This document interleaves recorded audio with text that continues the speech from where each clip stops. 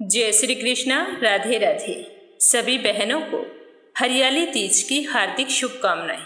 माँ गौरी के आशीर्वाद से आपका अखंड सौभाग्य और संतान सुख बना रहे, आपकी सारी मनोकामनाएं पूर्ण हों। तो इस पावन अवसर पर आज अपने सुनेंगे हरियाली तीज की व्रत कथा। तो सारी बहनें इस कथा को श्रद्धा भाव से पूरा सुनें, कथा को लाइक करें और व्रत रखने वाली सारी बहनों में इस कथा को शेयर करें। माँ गौरी के आशीर्वाद से आपके सारे मनोरथ पूर्ण हों। बोलो शिव गौरी की जय हो। देवी पार्वती अपने पूर्व जन्म में राजा दक्ष प्रजापति की पुत्री थी। उनका नाम था सती। सती राजा दक्ष की बहुत ही लाडली थी। समय के साथ वो बड़ी होती गई। जब राजा दक्ष ने सती के लिए वर की तलाश की तो सती ने कहा कि मैं तो महादेव जी से विवाह करना चाहती हूँ। और राजा दक्ष सती का विवाह विष्णु जी से करवाना चाहते थे। लेकिन देवी सती ने कहा कि मैं तो भगवान शिव को अपना पति मान चुकी हूँ। तो अपनी बेटी के मुख से इस तरह के वचन सुनकर राजा दक्ष को बिल्कुल भी अच्छा नहीं लगा। लेकिन वो उनकी लाडली बेटी थी, वो उनकी इच्छा के आगे झुक गए और सती का विवाह भगवान भोलेनाथ के साथ करवा दिया। लेकिन एक बार देवताओं की बैठक हो रही थी तो वहां पर राजा दक्ष पहुंच गए। तो राजा दक्ष को देखकर सारे ऋषि और देवतागण अपने अपने जगह से उठ खड़े हुए और राजा को प्रणाम करने लगे। लेकिन शिवजी भगवान भी वहीं पर बैठे थे। उन्होंने राजा दक्ष को देखकर कोई प्रतिक्रिया नहीं की। वो चुपचाप अपना आसन ग्रहण किए बैठे रहे। तो राजा दक्ष ने इसको अपना अपमान समझा और शिवजी के प्रति दुश्मनी का भाव रखने लगे और मन ही मन सोचने लगे कि इसने मेरा अपमान किया है, मैं इस बात का बदला अवश्य लूंगा। तो शिव और सती साथ रहने लगे। समय बीतता गया। एक समय राजा दक्ष ने भव्य यज्ञ का आयोजन किया और उस यज्ञ में सभी देवी देवताओं, नाग, किन्नर, गंधर्व, ऋषियों सभी को आमंत्रित किया। पूरे त्रिलोक में दक्ष प्रजापति के यज्ञ की चर्चा होने लगी। सारे लोग नियत समय पर जा पहुंचे। इस तरह सभी देवी देवताओं को विमानों में बैठकर जाते हुए देखकर सती शिवजी से कहने लगी कि हे स्वामी, आज ये सारे एकत्रित होकर कहाँ जा रहे हैं? तो भगवान भोलेनाथ ने कहा कि तुम्हारे पिताजी ने एक बहुत बड़े यज्ञ का आयोजन किया है। तो सती कहने लगी कि इतने बड़े यज्ञ का आयोजन किया है और हमें नहीं बुलाया, क्या बात है? तो सती की बात सुनकर भगवान भोलेनाथ कहने लगे कि देवी सती, तुम्हारे पिता मुझसे दुश्मनी का भाव रखते हैं और उन्होंने मुझे दुखी करने के लिए आमंत्रित नहीं किया है। यह सुनकर देवी सती को बहुत ही दुख हुआ और वह भगवान भोलेनाथ से कहने लगी कि स्वामी, आप मुझे आज्ञा दें, मैं बिना बुलाए ही पिता के यज्ञ में जाना चाहती हूँ। तो महादेव जी ने देवी सती से कहा कि हे देवी, चाहे पिता का घर हो, बिना बुलाए जाने से मान सम्मान को हानि पहुँचती है। इसीलिए तुम मेरी बात मानो और अपने पिता के घर जाने का विचार त्याग दो। लेकिन देवी सती अपनी जिद पर अड़ी रही और शिवजी से कहने लगी कि हे स्वामी, आप चाहे ना जाएं, लेकिन मैं अपने पिता के यज्ञ में जरूर जाऊंगी। मेरी बहनें भी वहां पर आई होंगी, मैं सभी से मिल लूंगी। उनसे मिलने की मेरी बहुत ही इच्छा हो रही है।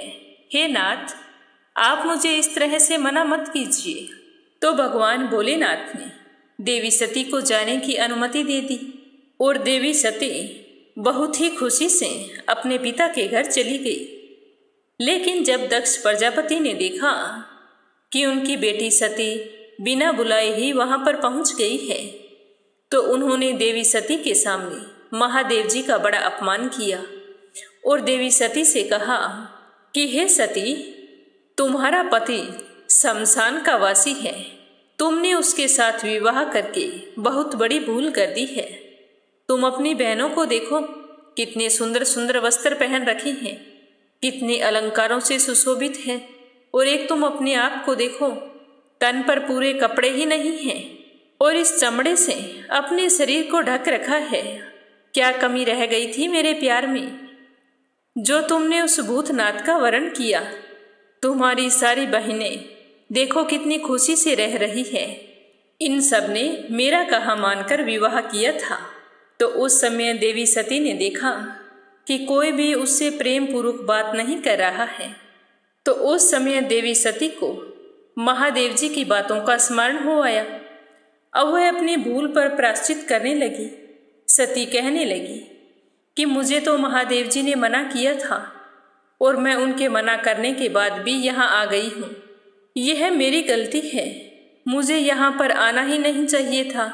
आज मेरी गलती की वजह से ही मेरे पति का अपमान हुआ है। अब मैं किस मुख से अपने पति के समक्ष जाऊंगी। इस तरह दुखी और क्रोधित हुई सती उसी समय पिता के यज्ञ कुंड में शिवजी का स्मरण करते हुए कूद गई और सती हो गई।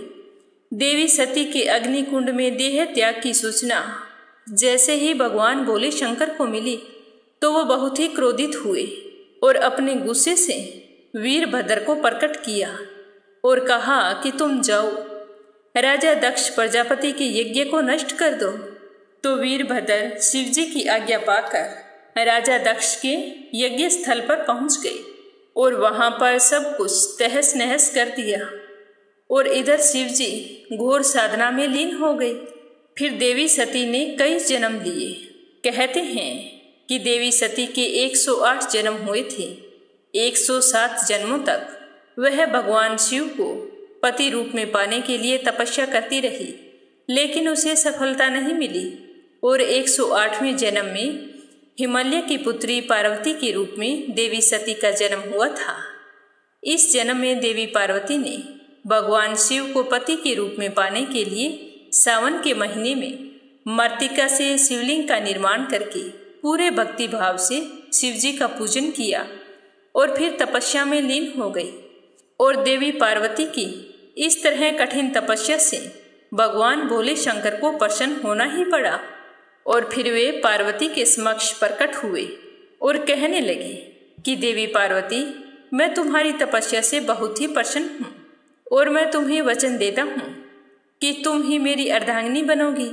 तो यह सुनकर देवी पार्वती बहुत ही खुश हुई और शिवजी से कहने लगी कि हे स्वामी, मैं चाहती हूँ कि आज के दिन जो भी कुंवारी कन्या आपकी पूजा करे तो उसे मनोवांछित वर की प्राप्ति हो और जो सुहागिन महिलाएं आपकी और मेरी पूजा करे उनका अखंड सौभाग्य बना रहे। तो पार्वती की बात सुनकर भगवान शिवजी कहने लगे कि आज सावन माह के शुक्ल पक्ष की तृतीया तिथि है और इस तिथि को हरियाली तीज के नाम से जाना जाता है। जो भी कुंवारी कन्या हरियाली तीज पर व्रत करके मेरा और तुम्हारा पूजन करेगी उसे कामना के अनुसार सुयोग्य वर की प्राप्ति होगी और जो सुहागिन महिला हरियाली तीज का व्रत करेगी उसका वैवाहिक जीवन सुखमय होगा, मन की सारी मनोकामनाएं पूर्ण होंगी। तभी से हरियाली तीज के व्रत की परंपरा चल पड़ी तो व्रत रखने वाली सारी बहनों की मनोकामनाएं पूर्ण हों। अब एक कहानी अपनी सुनेंगे गणेश जी भगवान की, जो हर व्रत कथा के दौरान अवश्य सुननी चाहिए। गणेश जी की कहानी को सुने बिना हमें हमारे व्रत का पुण्य फल प्राप्त नहीं होता है, क्योंकि भगवान गणेश ही देवताओं के प्रथम पूजनीय देवता माने गए हैं। प्रेम से बोलो पार्वती नंदन गणेश जी महाराज की जय हो। प्राचीन समय की बात है, एक बहुत बड़ा नगर था। उस नगर में एक बूढ़ी माई रहती थी। उसके 2 बेटे थे। दोनों धन कमाने के लिए परदेश गए हुए थे। वह बूढ़ी माई गणेश जी की परम भगत थी। रोजाना सुबह जल्दी उठती, स्नान आदि से निवृत्त होकर सबसे पहले गणेश जी भगवान की पूजा करती। लेकिन पूजा करने के लिए उसके पास कोई गणेश जी की मूर्ति नहीं थी। वह रोजाना मिट्टी का गणेश जी बनाती और फिर उसकी पूरी प्रेम भाव से सेवा किया करती थी। मिट्टी के गणेश जी को पहले नहलाती, फिर सिंदूर से तिलक करती, दुर्वा घास अर्पित करती और दोनों हाथ जोड़कर कहती कि हे गणेश जी भगवान, परदेश गए मेरे बेटे, जल्द से जल्द खूब सारा धन कमाकर लौट आए। वह बुढ़िया बेचारी भोली भाली थी। जब वो मिट्टी के गणेश जी को स्नान करवाती तो वह पानी के साथ बहने लगता, और जब तक पूजा पाठ समाप्त करती तो वह मिट्टी के ढेले की तरह बन जाता। तो यह देखकर बूढ़ी माई को बहुत ही दुख होता था। अगले दिन फिर रीझ लगाकर गणेश जी की मूर्ति बनाती, पर वो तो मिट्टी की होती तो वह गल जाती। तो एक बार उस बूढ़ी माई के पड़ोस में एक साहूकार का मकान बन रहा था। तो वो वहां जाकर मिस्त्री से कहने लगी कि मिस्त्री जी, मुझे पत्थर का गणेश जी बना दो। मैं गणेश जी की रोजाना पूजा करती हूँ, पर वो तो मिट्टी का होता है। जब उसे स्नान करवाती हूँ तो वह तो मिट्टी का ढेला बन जाता है।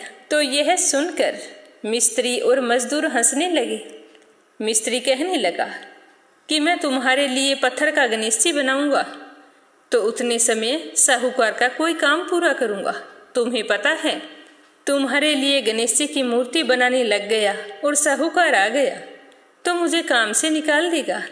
तुम यहाँ से जाओ, मैं तुम्हारा ये काम नहीं कर सकता। तो बूढ़ी माई बहुत ही दुखी हुई और कहने लगी कि राम करे ये तुम्हारी दीवार कभी पूरी ना हो। तो बुढ़िया तो यह कहकर चली गई। अब मिस्त्री दीवार बनाते तो दीवार बिल्कुल टेढ़ी हो जाती और थोड़ी ही देर बाद में वो अपने आप गिर जाती। तो इस तरह करते करते सुबह से शाम हो गई। तो शाम को साहूकार वहां पर आया और पूछने लगा कि आज आपने क्या काम किया है? मुझे तो कोई भी काम किया हुआ दिखाई नहीं देता। आप इस तरह काम करोगे तो तुम्हें मजदूरी कौन देगा? तो मिस्त्री कहने लगा कि साहूकार जी, मैं आपको क्या बताऊं, आज सुबह एक बुढ़िया आई थी। वो कह रही थी कि मुझे पत्थर का गणेश जी बना दो। मैं मिट्टी के गणेश जी की पूजा करती हूँ जो पानी के साथ बह जाता है। मैंने कहा कि मेरे पास समय नहीं है और किसी दिन आना, तो उसे तो गुस्सा आ गया। वो कहने लगी कि राम करे तुम्हारी दीवार कभी पूरी ना हो, तभी से ये दीवार सीधी नहीं बन रही है। हम कितनी कोशिश कर रहे हैं, दीवार बनाते हैं, पहले ये टेढ़ी हो जाती है और उसके बाद ये गिर जाती है। तो मिस्त्री की बात सुनकर साहूकार कहने लगा कि जो कोई गणेश जी को नहीं मनाता है उसके साथ यही सब कुछ होता है। यह तो गणेश जी का किया धरा है। तो साहूकार वहां से चलकर बुढ़िया के घर गई और बुढ़िया को प्रणाम करके कहने लगे कि माई, मैं तुम्हें सोने का गणेश जी बनवा दूंगा, पर आप गणेश जी भगवान से कहो कि मेरा मकान जल्दी से पूरा हो जाए। हे माई, आज सुबह तुम क्या कहकर आई थी? उसके बाद तो एक दीवार भी पूरी नहीं हुई। अगर इसी तरह चलता रहा तो मेरा मकान कैसे पूरा होगा? तो यह सुनकर बूढ़ी माई बहुत ही खुश हुई और कहने लगी कि बेटा, ऐसी कोई बात नहीं है, तुम्हारा मकान बहुत ही जल्द पूरा होगा। तुम अब जाओ और गणेश जी का चमत्कार देखो। तो जैसे ही साहूकार बुढ़िया से मिलकर मिस्त्री के पास आया तो देखा कि दीवार तो सारी की सारी बनी हुई है। तो यह देखकर साहूकार और मिस्त्री मजदूर सारे बहुत ही हैरान हुए और जोर जोर से गणेश जी भगवान का जयकारा लगाने लगे। दूसरे दिन से मकान का कार्य जोरों शोरों से शुरू हो गया और थोड़े ही समय में साहूकार का मकान बनकर तैयार हो गया। तो साहूकार ने मकान का उद्घाटन किया तो सबसे पहला निमंत्रण पत्र बुढ़िया माई को दिया और कहा कि हे माई, आपको जरूर आना है, आप तो मेरी माताजी हो, मैं तुम्हारा इंतजार करूंगा। तो उद्घाटन के दिन बुढ़िया साहूकार के घर गई तो साहूकार बूढ़ी माई को देखकर बहुत ही खुश हुआ और बूढ़ी माई की खूब आवभगत की। उसके बाद बूढ़ी माई को पहनने के लिए सुंदर सुंदर वस्त्र दिए और जिस तरह से कहा था गणेश जी की सोने की बनाई हुई मूर्ति दी और साथ में एक माला, एक पीतल का दीपक, तांबे का लोटा और एक पीतल की घंटी देते हुए कहा कि माँ, आपकी वजह से ही आज मेरा ये मकान पूरा हुआ है और मैं बहुत ही खुश हूँ। अगर तुम्हें कभी कोई चीज़ की ज़रूरत हो तो मुझसे निसंकोच कह सकती हो। मैं तुम्हारे बेटे जैसा हूँ, यह कहकर साहूकार ने बूढ़ी माई के चरण स्पर्श किए तो बुढ़िया माई आशीर्वाद देती हुई कहने लगी कि बेटा खूब फलो फूलो, खूब तरक्की करो। यह सब कुछ मैंने नहीं, मेरे गणेश जी भगवान ने किया है। मुझे तो बस अब और कुछ नहीं चाहिए। मैं तो चाहती हूँ कि मेरे बेटे परदेश गए हैं और वो जल्दी से घर आ जाए। बूढ़ी आंखें अपने बेटों को देखने के लिए तरस गई है। तो साहूकार की खूब चलती थी। उसने बुढ़िया माई के कहने पर परदेश में पता करके बुढ़िया के दोनों बेटों को बुलवा लिया और अपने यहाँ काम पर रख लिया। तो बुढ़िया माई अपने बेटों के वापस आ जाने पर बहुत ही खुश हुई। फिर उनका विवाह कर दिया। घर में 2 बहुएं आ गई और समय के साथ बुढ़िया के पोती पोते हो गए। इस तरह गणेश जी भगवान की पूजा करने से बुढ़िया का घर सुखी, संपन्न और हरा भरा हो गया।